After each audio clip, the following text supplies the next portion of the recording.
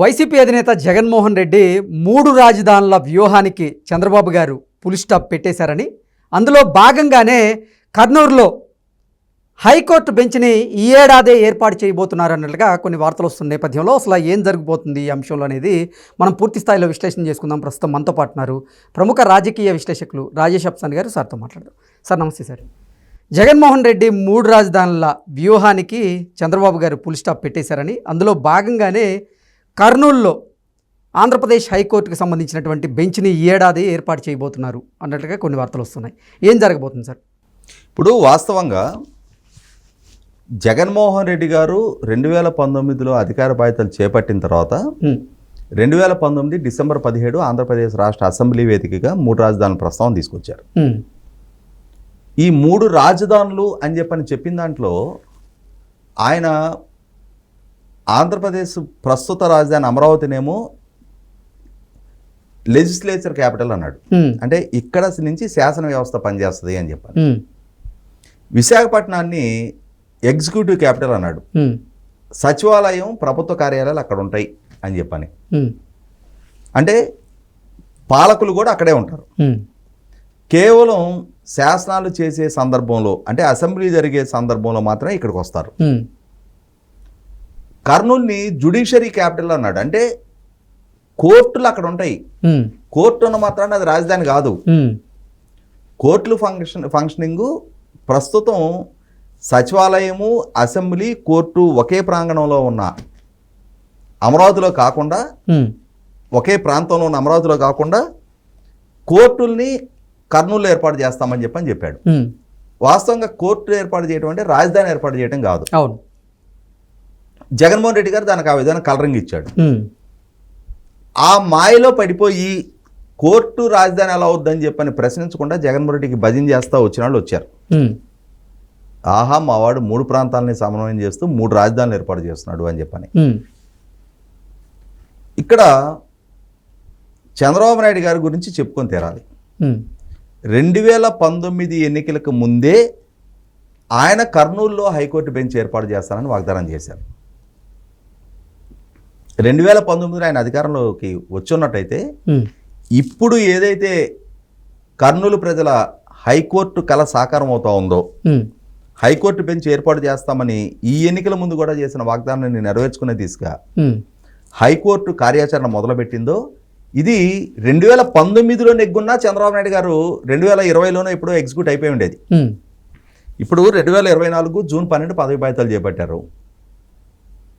జనవరి ఆఖరికి అసెంబ్లీ తీర్మానం చేసి హైకోర్టుకు పంపించడం అయిపోయింది. హైకోర్టు రిజిస్ట్రార్ నుంచి కర్నూలు కలెక్టర్ గారికి లేఖ రాయడం అయిపోయింది కదా. మీరు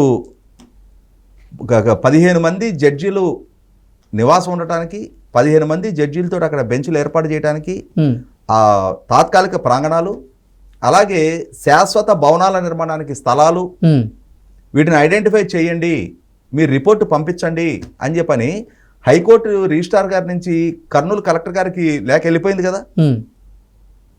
అంటే ఒక వాగ్దానం చేశాము అని అంటే ఆ వాగ్దానాన్ని ఒక ప్రాంత ప్రజలకి చేసినప్పుడు దాన్ని నెరవేర్చుకోవటం అనేది ఆ పార్టీకి, ఆ ప్రభుత్వానికి ప్రజల్లో క్రెడిబిలిటీ పెంచుద్ది. ఇవాళ ఎన్డీఏ కూటమి ప్రభుత్వం ఎన్నికలకు ముందు కర్నూలులో హైకోర్టు బెంచ్ ఏర్పాటు చేస్తాము అన్నారు. జగన్మోహన్ రెడ్డి గారి లాగా జ్యుడిషియరీ క్యాపిటల్ అని చెప్పని మభ్యపెట్టి మసిబూసి మారేడికాయ చేయలా. హైకోర్టు అమరావతిలో ఉంటుంది, ఒక బెంచ్ అక్కడ ఏర్పాటు చేస్తామన్నారు. ఆ బెంచ్ ఏర్పాటు చేసే ప్రక్రియలో 2-3 జడ్జీలతో కూడా ఏర్పాటు చేయొచ్చు. అంటే కంటి తుడుపుగా ఏర్పాటు చేయాలి అనుకుంటే 2 హైకోర్టు జడ్జీలు అక్కడ హైకోర్టులో అక్కడ కేసులు పరిష్కారం చేస్తూ అక్కడ హైకోర్టు నిర్వహణ జరిగినా దాన్ని హైకోర్టు బెంచ్ అనే అంటారు. కానీ ఇప్పుడు ప్రభుత్వం 15 మంది హైకోర్టు జడ్జీలతోటి, అంటే రాయలసీమ 4 జిల్లాల పరిధికి సంబంధించిన కేసులు విచారించడానికి కావాల్సినంతటి లాజిస్టిక్స్, అంతటి ఇన్ఫ్రాస్ట్రక్చరు, అంతమంది జడ్జీలను కేటాయించుతూ అక్కడ ఏర్పాటు చేస్తున్న బెంచ్కి కూడా అమరావతిలో ఉన్న బెంచ్తో పాటు సమాన స్థాయి గుర్తింపు, గౌరవాన్ని ఇస్తుంది. ఏదో కంటి తుడుపుగా అక్కడ ప్రజలను మభ్యపెట్టి మసిపూసి మారేడికాయ చేసినట్టు కాకుండా. దీంతో ఏమవుతుంది, ఇప్పుడు 15 బెంచీలతోటి 15 మంది జడ్జీలతోటి అక్కడ హైకోర్టు బెంచ్ కనుక ఏర్పాటు చేయటం జరిగితే ఉమ్, 100% రాయలసీమ 4 ప్రాంతాలకు సంబంధించిన అడ్వకేట్స్కి కూడా ఉమ్, అమరావతి వచ్చి ఇక్కడ నివాసాలు ఏర్పాటు చేసుకొని ఇక్కడ కక్షిదారుల కేసులు వాదించాల్సిన నెస్టీ ఉండదు. ఉమ్, వాళ్ళ ప్రాంతంలోనే వాళ్ళ కేసులు వాళ్ళ కక్షిదారులు సహజంగా ఎట్లా ఉంటుందంటే, ఇప్పుడు గుంటూరులో ఒక అడ్వకేట్ గారు ఉన్నారు. సార్ ఆయనకుండే కక్షిదారులు ఆయనని గుర్తుపట్టే వాళ్ళు, ఆయన సామర్థ్యం పట్ల అవగాహన ఉన్న వాళ్ళు వస్తుంటారు. ఉమ్, ఒక విశాఖపట్నంలోనో శ్రీకాకుళంలో ఉండే కక్షిదారుడికి గుంటూరులో ఉండే లాయర్ గారి క్యాపబిలిటీ తెలియదు. అవును. అలాగే ఇప్పుడు రాయలసీమ ప్రాంతానికి సంబంధించిన అడ్వకేట్స్ కూడా ఉమ్, వాళ్ళ ప్రాంతంలో కక్షిదారులు ఉంటారు. ఉమ్, వాళ్ళ కక్షిదారులు వాళ్ళ అడ్వకేట్స్ని అప్రోచ్ అయ్యి కర్నూలు బెంచ్లోనే వాళ్ళ కేసులు రిజాల్వ్ చేసుకోవడానికి ఆస్కారం ఉంటుంది. ఉమ్, కాబట్టి ఇక్కడ 100% ఎన్డీఏ కూటమి ఎన్నికలకు ముందు చేసిన వాగ్దానాన్ని నిలబెట్టుకుంటా ఉన్నారు. ఉమ్, ఆ నిలబెట్టుకోవటం కూడా టైం బౌండెడ్గా ఏదో వాగ్దానం చేశాం, ఈ 5 సంవత్సరాలు కాలయాపన చేద్దామని జగన్మోహన్ రెడ్డి లాంటి చౌకబారు ప్రయత్నాలు చేయకుండా. ఉమ్, ఎందుకు డిసెంబర్ 17 జగన్మోహన్ రెడ్డి అసెంబ్లీలో ప్రకటన చేశాడు. ఉమ్, ఎప్పుడు దాకా? జూన్ 4, 2024 దాకా అధికారంలో ఉన్నావు. ఉమ్, నీ వాగ్దానాన్ని నిలుపుకునే ప్రక్రియలో భాగంగా నీ వంతు ఏం ప్రయత్నం చేశావు? ఉమ్, కనీసం అసెంబ్లీ నుంచి తీర్మానం చేసి హైకోర్టు కన్నా పంపించావా? ఉమ్, కనీసం మాత్ర ప్రక్రియ కదా అది.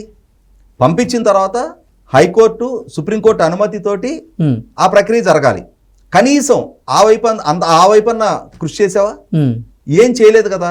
అంటే ఏంటి? ఇక్కడ క్లియర్గా 3 ప్రాంతాల ప్రజల మధ్య దాన్ని ఒక ఎమోషనల్ ఇష్యూ చేయాలి. ఉమ్, ఆ ఇష్యూ మాటన రాజకీయపు చలిగాచుకోవాలంతే. అంతేగాని అక్కడ నిజంగా బెంచ్ ఏర్పాటు చేయాలి, ఆ ప్రజల ఆకాంక్షను నెరవేర్చాలనే చిత్తశుద్ధి లేదు. ఉమ్, అది జగన్మోహన్ రెడ్డి.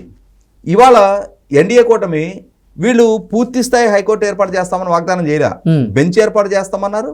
ఆ బెంచ్ కూడా పూర్తి స్థాయి 15 మంది జడ్జిలతో కూడిన బెంచ్ ఏర్పాటు చేస్తూ, అంటే ఒక ఈక్వల్ స్థాయి ఉన్న అమరావతిలో ఉన్న హైకోర్టుకి సమాన స్థాయి ఉన్న సిబ్బందితోటి జడ్జిలతోటి అక్కడ ఏర్పాటు చేస్తూ ఉన్నారు.